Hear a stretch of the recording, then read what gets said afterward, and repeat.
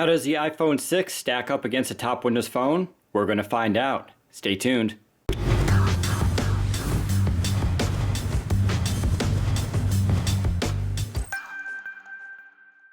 Hey everybody, Daniel Rubino here, Windows Phone Central, and we're taking a quick look here at the iPhone 6 versus the top Lumia phones and Windows phones out there today. Of course, I can't compare it to every single one out there, so if I missed yours, I'm sorry, I'm doing my best I can. This is the 16 gig gold version on Verizon, a nice little device, not cheap at all, about $700 off contract. And you can see it's definitely very thin there, and you can see it in the hand, pretty decent size. Now, if you want to see the 6 Plus, you can look at Mark's videos where he compares that to the 1520, as that's a 5.5-inch device and it's much larger.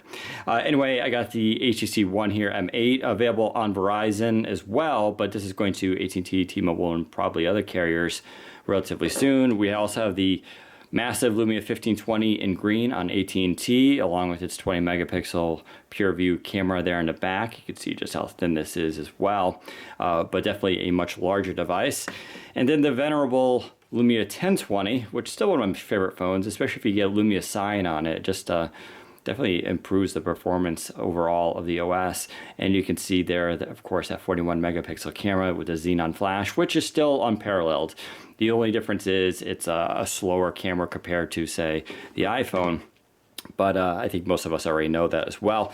And just for comparisons, a lot of people have said that the Lumia 925 reminds them a lot of the new iPhone. And you're not too far off, to be honest. It's the metal design that definitely makes it feel similar. They're also both, you know, pretty thin as far as their dimensions go. You can see the antenna design there are very similar as well with those bars. And there's the back. Now, clearly, 925 is a 4.5-inch display, and this one's a 4.7-inch, so you're getting a little bit larger there. But overall, they both feel the same in terms of weight, and they feel very similar in the hands with the cool metal feel and rounded edges. So yeah, indeed, very similar devices. I love the 925. I kind of wish Microsoft would just you know, put some newer specs in this and release it as a high-end flagship. I think it would actually do very well. But let's take a look at the current things out there right now. My initial impressions of the iPhone is actually, you know, it's a good phone. I'm not going to bash it here. Nothing blows me away, though, as far as being awesome. You know, when you look at the cameras here, of course, there's a 20 megapixel pure view, and then you have the iPhone camera here. And the iPhone camera on this is good, but it's not groundbreaking in any way. So I don't find it tremendously fantastic. It does shoot HDR automatically, and of course the big thing is it's very fast, and that is actually a big selling point, and it's important to consider. You can just see how fast this takes the photos, and you can just hold down that button and do things. It also has HDR auto mode, which is kind of a weird thing, but basically it just shoots in HDR all the time. But it's not like a super saturated HDR, so it actually looks kind of decent. And of course you can turn that off. The other cool things about Apple's, you know, photo app here is you can have photo, you have video, you have slow-mo video, and then you have time-lapse all built in. And then you can also do square and pano.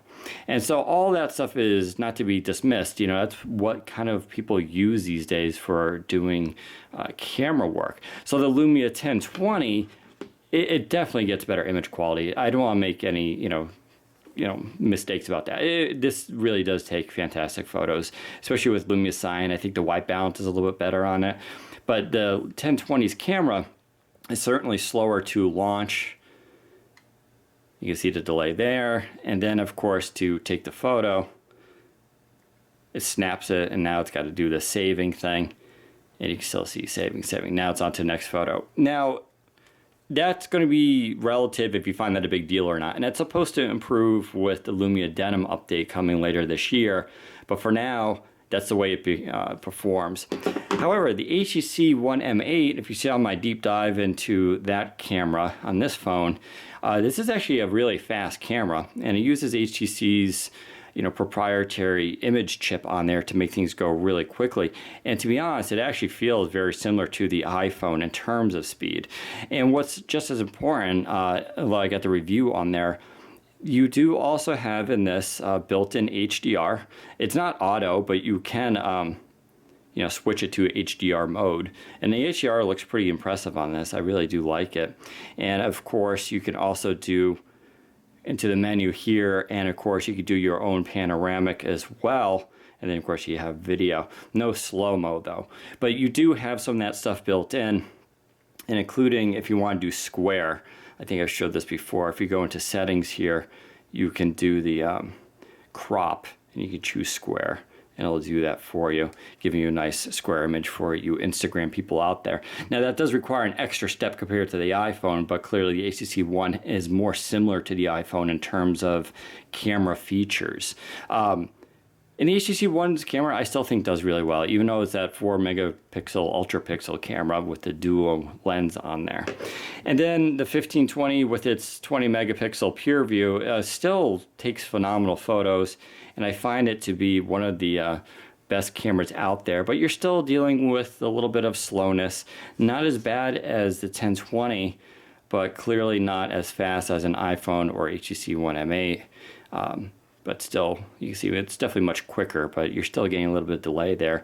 Now, in fairness, and I actually had it turned on for this shoots in RAW, and that's sort of a big deal. DNG files are a pretty big deal if you use Photoshop a lot, and that's one of the reasons why this runs slower. Also, it has a older chipset on there. But being able to shoot in RAW, and of course the 1520 can shoot in RAW as well, is a big selling point. If I had to evaluate them all, I'm going to say the iPhone is probably the best overall generic best camera for everybody out there, which is actually what Apple is pretty much going for. And it's a good camera. I would say the HTC One, it's the most comparable to it in terms of speed and features, but in terms of quality, you got to give it to the 1520 and of course the 1020. You're just trading off speed for that. But hey, that's important for some people, not important for others. If you use a DSLR, 1020 is still a much better device to carry around than that big thing. As far as the displays go, a lot of hay has been made of the display on this phone, and it's a good display. It's 4.7 inches, and the colors representation is really good. You can see the whites there are pretty solid. I can't say I'm blown away by it, and that's mostly because when you look at something like the 1520, and you can see, if I can bring up, there's that same test pattern there. You can kind of get a view for it. The 1520 is still extremely sharp. The whites are really good on it. And the 1520, of course, you can really fine-tune the brightness to your liking, including the default brightness. But this also has some other cool technology in it, including the perceptive pixel technology. So the pixels adjust individually to the light. You also have a clear black dual layer polarizer, which is why it gives you those really deep blacks on there. And then you also have super sensitive touch, so you can wear gloves on this while using it. And you have the outdoor readability mode, so when that sensor picks up like the sun and you're directly in it, this thing over ramps to this like really high brightness level. It almost looks like it's glowing, and allows you to basically use the 1520. Even at the beach, you can get that text message or email, and you can totally read it with no issues.